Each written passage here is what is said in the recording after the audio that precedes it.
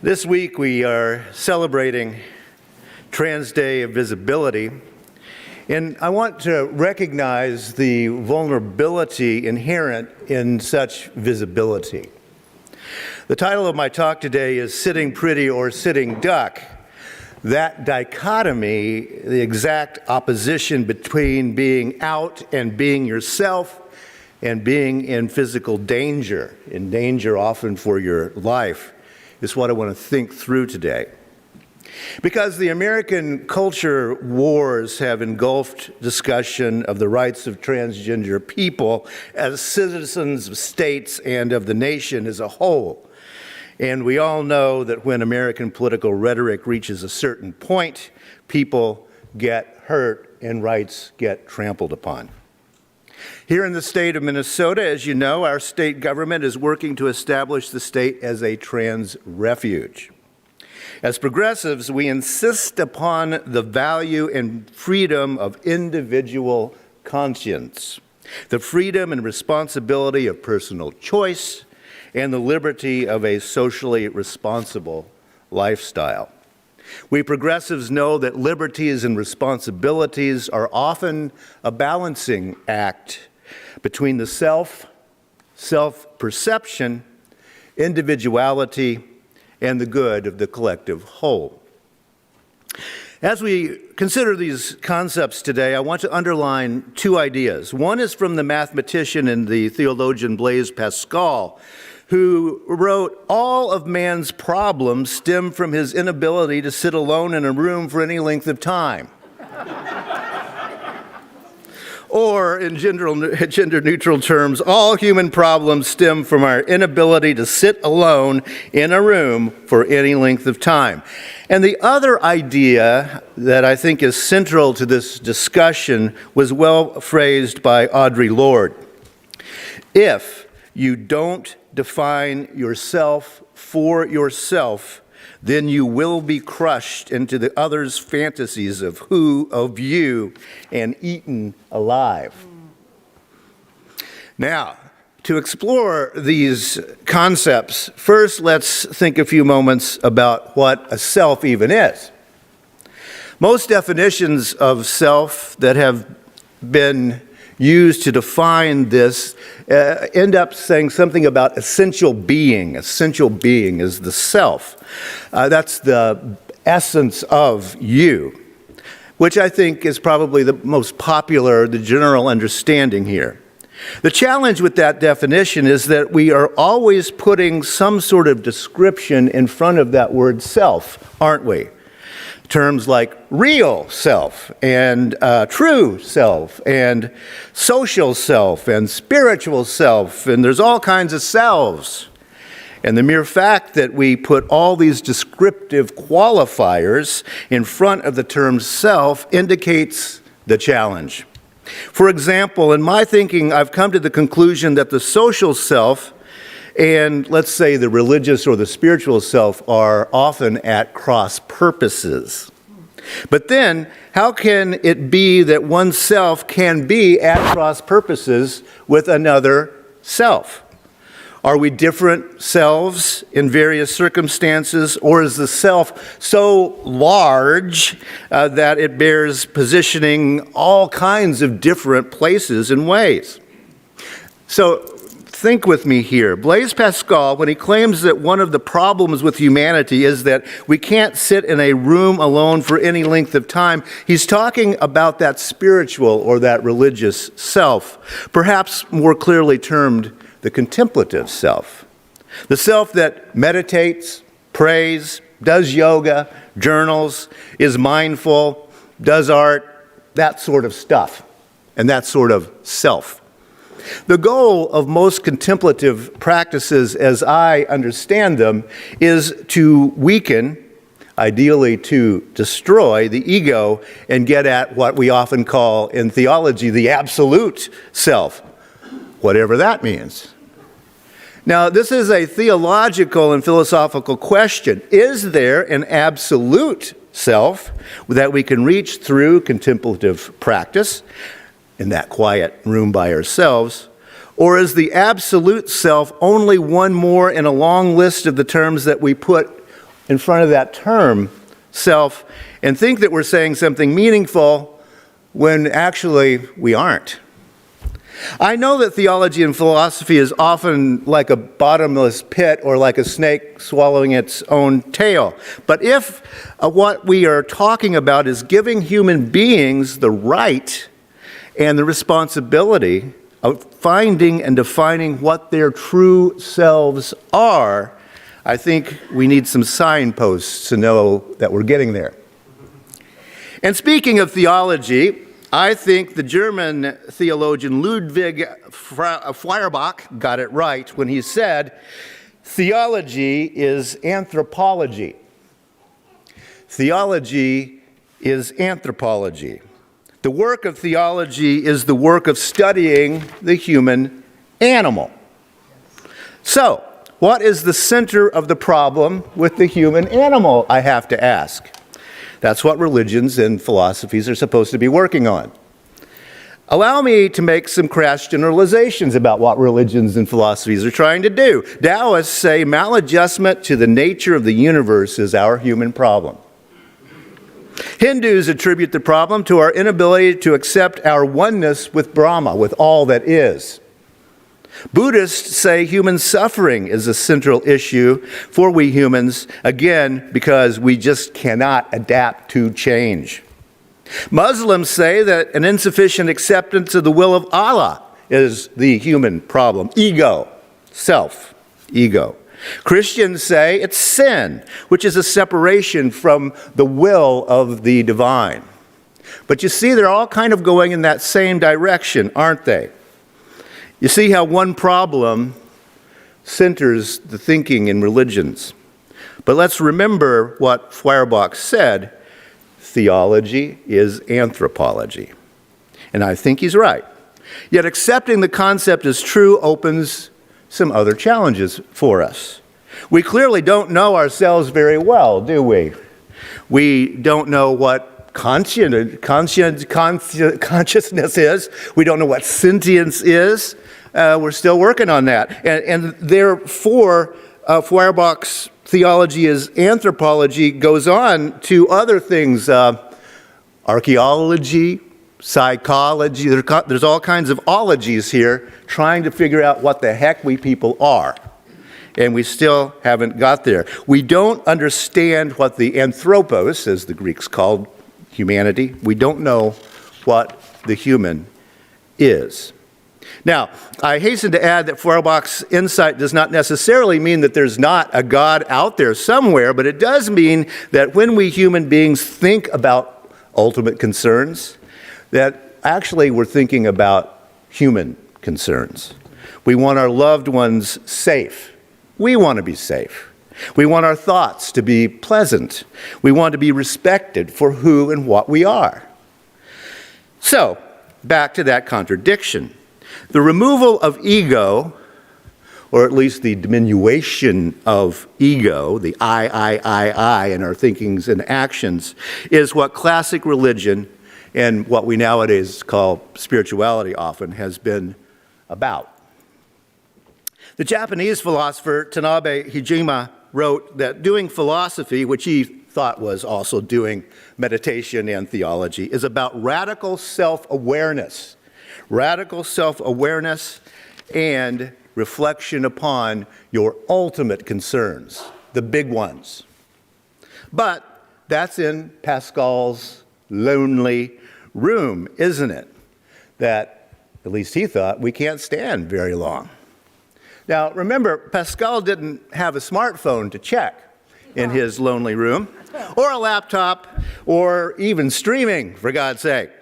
Pascal meant being actually alone with yourself.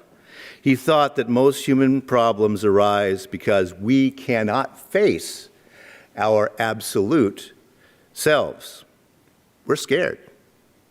Which leads me to ask, do the majority of people find their true selves so terrible, so frightening, so boring, or whatever, that they'll do anything to ignore themselves? I don't know. Even checking eBay rather than thinking about the true absolute self, right? Whatever. But we walk out of that room of contemplation, or we check the smartphone. Whatever we do, we leave meditation and contemplation of our higher selves and our higher values, and we go out into the world, the social world, where we run up against other human beings. What then? Many feel, as Kurt Cobain phrased it, they laugh at me because I am different. I laugh at them because they are all the same. Yes, Kurt. To illustrate how the self changes between the quiet room and the rowdy world, let's reflect on an old Zen Buddhist story for a moment. Once there was a very holy man, and he lived at the top of a high mountain in a cave. You get the New Yorker cartoon, right? He was a very holy man, and people from the village in the valley below would climb and climb and climb to get up there to talk to the holy man. And when they got there, he gave very wise advice, and he could even heal people with his touch. But the way up the mountain was so dangerous that several villagers were hurt on the journey. So a delegation from the village climbed up the mountain and begged the holy man to come down to the village to live so that he could help everyone there. It took some convincing, but eventually the holy man, in his compassion, relented and came down from the mountain. Now, when he got to the valley and the village, the people were waiting for him. They wanted to touch him so that they could be healed. They wanted to talk to him so they could hear his wise, wise words. And soon, bump, shove, the people crowded around, jostling to get to the holy man. The holy man became concerned for his safety. He began to push back against the heaving crowd. And soon, the holy man wasn't holy anymore. He couldn't heal with his touch, and he didn't have anything wise to say. He had lost his gift. Now, that's an old Zen Buddhist story, but you get the point, I think. The holy man was holy only when he lived in his secluded bubble with his contemplative self. When he stepped outside his meditation space, he was like everybody else. Which leads to my question, how do we take that absolute centered self, if we ever get there in that quiet room, out into the bustle and shove of the social world? Who or what do we become when people begin to laugh or to shove or to pass laws against the true self that we have found? That's the question. Sure, it's difficult, perhaps I would say nearly impossible, to keep the calm, tranquil centeredness that we find in contemplation when we go out into the world. Yet, despite the hurly-burly of daily life, can we be ourselves out there? Now, self-expression, we know, is a central part of our liberal heritage. Ralph Waldo Emerson said, "Insist on yourself, never imitate." Henry David Thoreau wrote, "I would rather sit on a pumpkin and have it all to myself than be crowded on a velvet cushion." And of course, we know about Thoreau's different drummer. Who or what are we when we go outside our own silent space? Philosophers have thought a great deal about this over time. The Russian philosopher Alexander Kojev, for example, wrote, "Desire is the presence of absence." Very interesting philosopher, Russian. He kept up, even though he moved to Paris, he kept up an open communication with Joseph Stalin. And people were, why the heck are you talking to that guy, right? But he was trying to shape Stalin's ideas. Stalin apparently didn't catch on all that well. But desire is the presence of absence, he said. We desire to go out into the social world and be seen by others because sitting alone is an absence of recognition, and validation by other human beings, because we are social animals. One of Kojève's students, the French psychologist Jacques Lacan, expanded on his professor's idea, writing, "Desire is the desire of the other's desire." Desire is the desire of the other, notice the capital O there, other's desire. That sounds very much like what most people think French philosophy sounds like, I know. What Lacan is saying is that what we want from others when we leave our quiet meditation pillows and go out into the world is recognition. Recognition for who and what we see ourselves as being in the silence when we think of ourselves. In that wonderful book, Julian is a Mermaid, that's what Julian thirsts for. That's what Julian desires, is recognition by a major force in Julian's life, Abuela, grandma. With the validation of Abuela, Julian is a mermaid. Actually, Jacques Lacan is stating something that's kind of obvious, that we desire to be desired. And it's larger than wanting to be physically desired. Lacan capitalized the term other, meaning everyone except ourselves in society, the other. Desire is the desire of the other's desire. We wish to be seen in the social world as we feel we are in our true selves. As some of you know, one of my kids is transgender. She's in her late 30s now. She came out over 20 years ago. So I've had a lot of experiences to see how my daughter dwells in space over time. A constant in my daughter's life is people staring. The gender cues that we learn to depend on in American culture don't compute for people when they see my daughter. So they stare. You see how this turns the tables on what a human being desires when interacting with the outside world. Instead of living in a world of others, my daughter is othered with a capital O. What those stares are saying is, I don't see you as the person you wish to be seen as. And that's bad enough. It's devastating to many transgender people. What's worse is what happens when your very being becomes a political football. When people say, we're going to pass laws about which restroom you can use. We're going to pass laws so you can't make your own decisions about your body and your own health. We're going to pass laws so that it is illegal to be you. Those laws say, no, Julian, you're not a mermaid. You're confused. You're a child who needs adults to set you straight. Get out there and play with guns.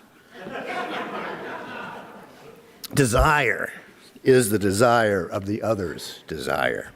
That could be as simple as someone not looking at you funny. That could be as simple as using someone's preferred pronouns. Anything that would say, I see you, I respect you, Julian, you make a beautiful mermaid. That's the gift that we, in our life-giving religious tradition, can give. And I say we must give that. Audre Lorde knew the situation well and put it very simply. If you don't define yourself for yourself, then you will be crushed into the other's fantasies of you and be eaten alive. She knew that firsthand. So a final thought. Blaise Pascal, I think, got it wrong, actually. Yes, it's true that we distractible human beings have a lot of trouble sitting alone in quiet contemplation. Yet a larger problem is our inability to mentally stay on the mountaintop despite being in the village. A larger problem is that we so seldom share our quiet, centered, and peaceful absolute selves. One thing that I've pledged for myself as a old, white, heterosexual male is to be not that guy. I don't want to be that guy who others, and stares. Marcus Aurelius, who you know I love as a Stoic philosopher, Roman emperor, so he had a little busy outside life. He was also a philosopher. He put it this way, and that's how I want to end, is to think about this today. He said, many seek retreats for themselves, places in the country, by the sea, and the mountains. I think of these two, but this is a common mistake. In truth, you can retreat into yourself anytime. There is nowhere quieter. Nowhere are you more free. Tranquility is nothing more than the good ordering of the mind. Thank you.